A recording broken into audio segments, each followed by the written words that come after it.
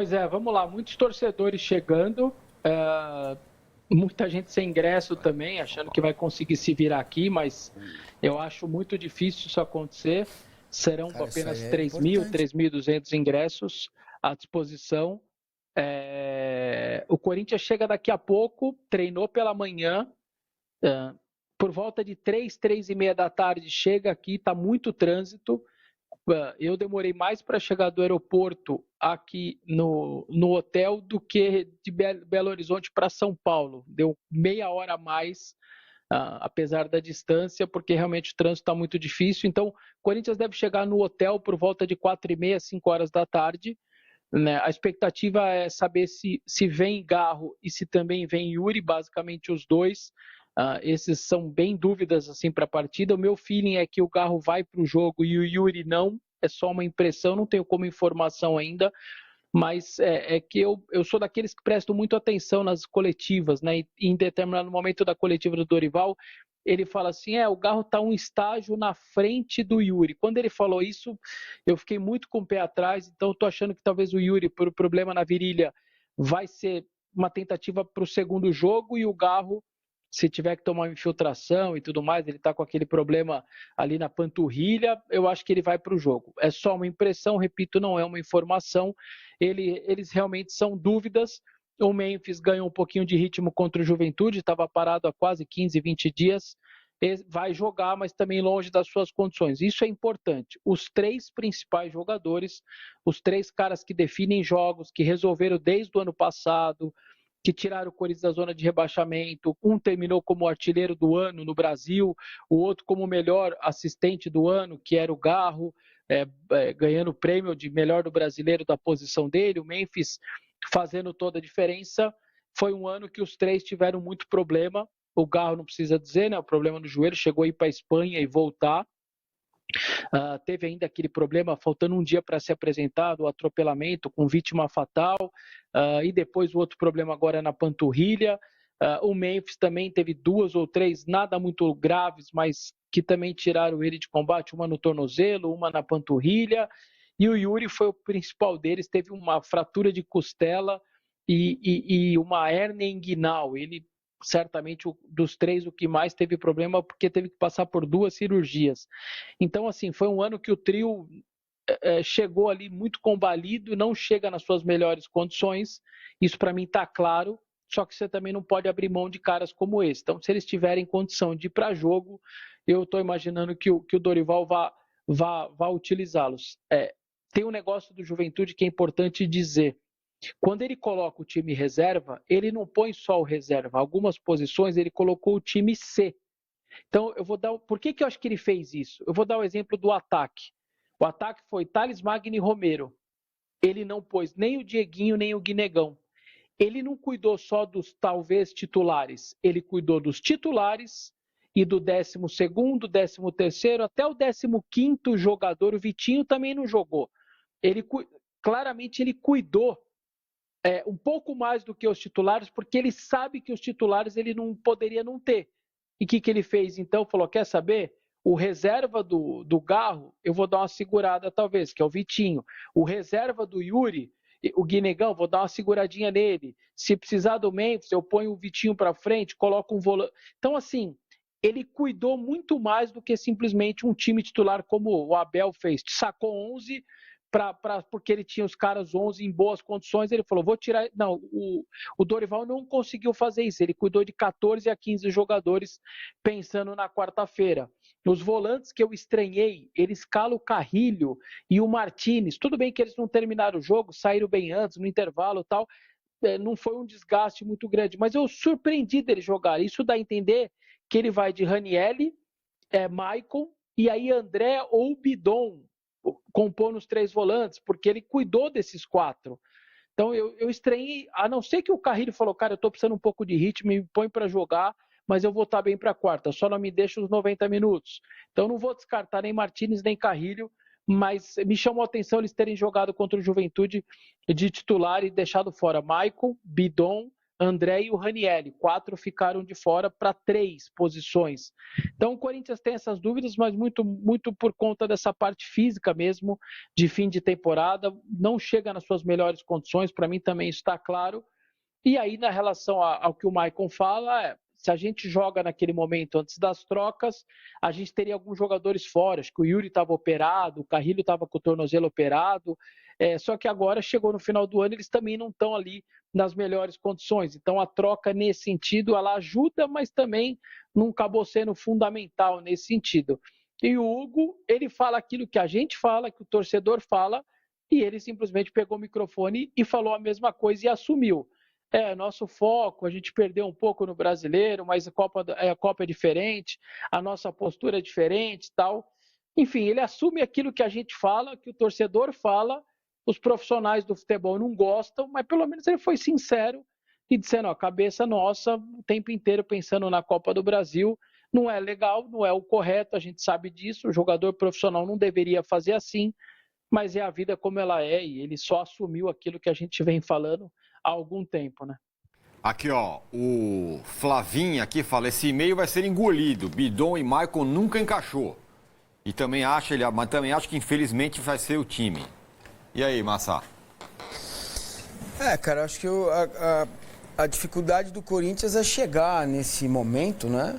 Com trio gin, sem limão, né? Você gosta de limão no gin, ou Arnaldo? Gosto. Gosta? Gosto, dá uma temperada, dá uma suavizada. Então, eu não entendo nada disso, porque não faz parte muito da minha rotina, né?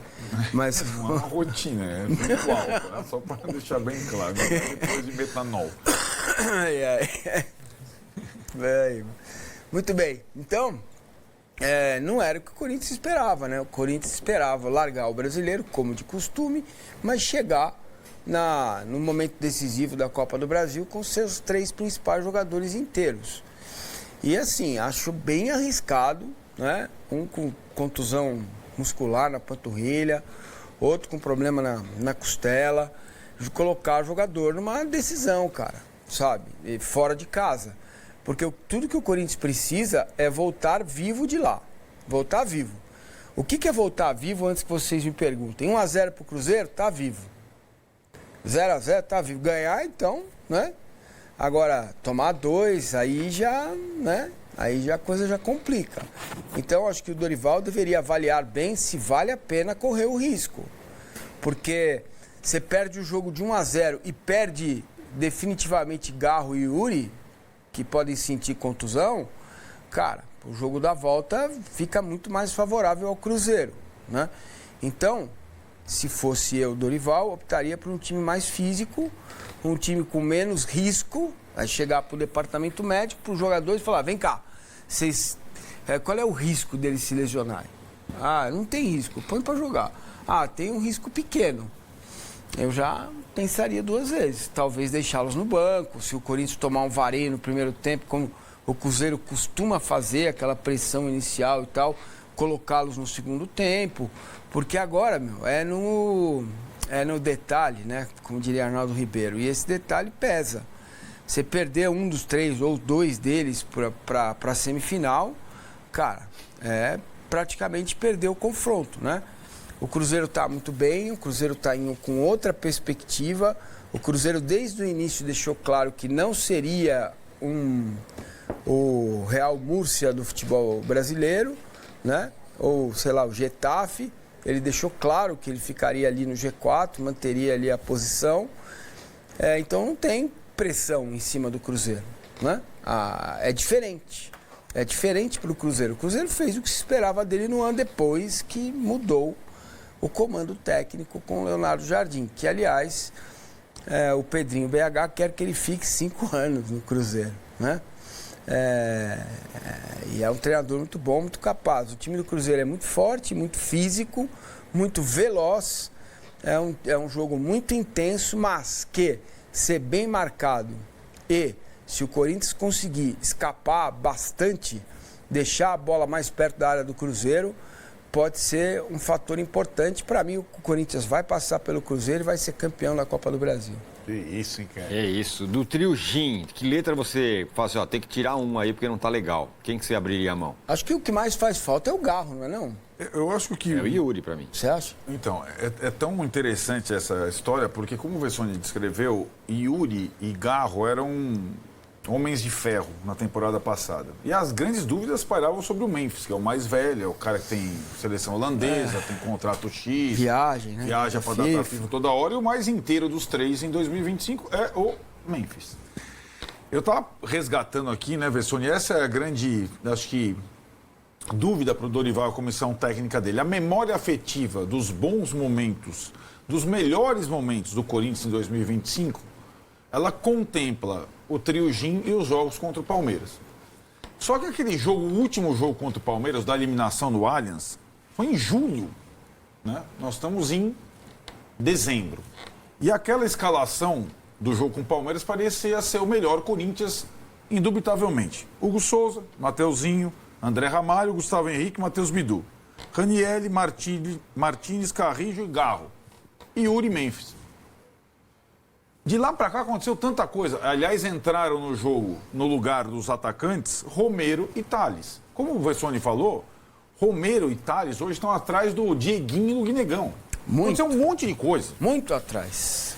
E aí acho que a dificuldade do técnico é assim, putz, eu numa semifinal, é um pouco o que o Maicon falou, que também foi entrando nessa dança, foi jogando mais. O Maicon não estava nesse time, né?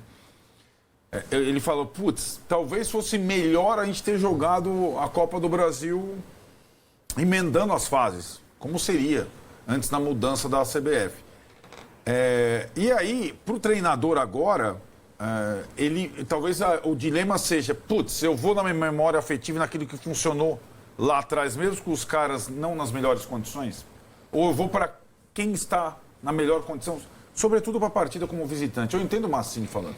Eu acho que o trio Gin é mais importante na decisão em casa. Claro. O Garro é muito mais importante jogando em casa do que fora. Há muito mais, não tem comparação. Sobretudo o Garro. O Yuri seria importante nas duas, porque ele é forte, tem contra-ataque e tal, mas, como disse o Vessa, ele não está nas melhores condições.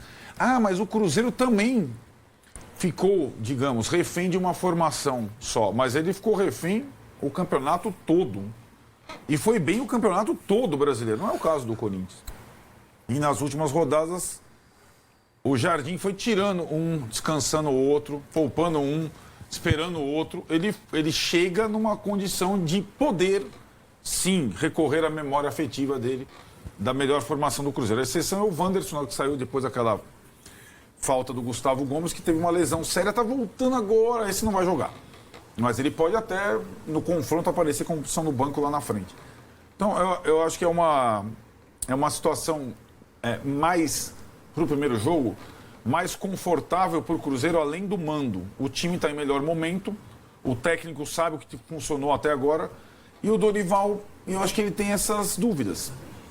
Porque os melhores jogadores, alguns dos melhores jogadores do Corinthians não estão no melhor da forma física no momento chave da temporada, na semifinal do campeonato.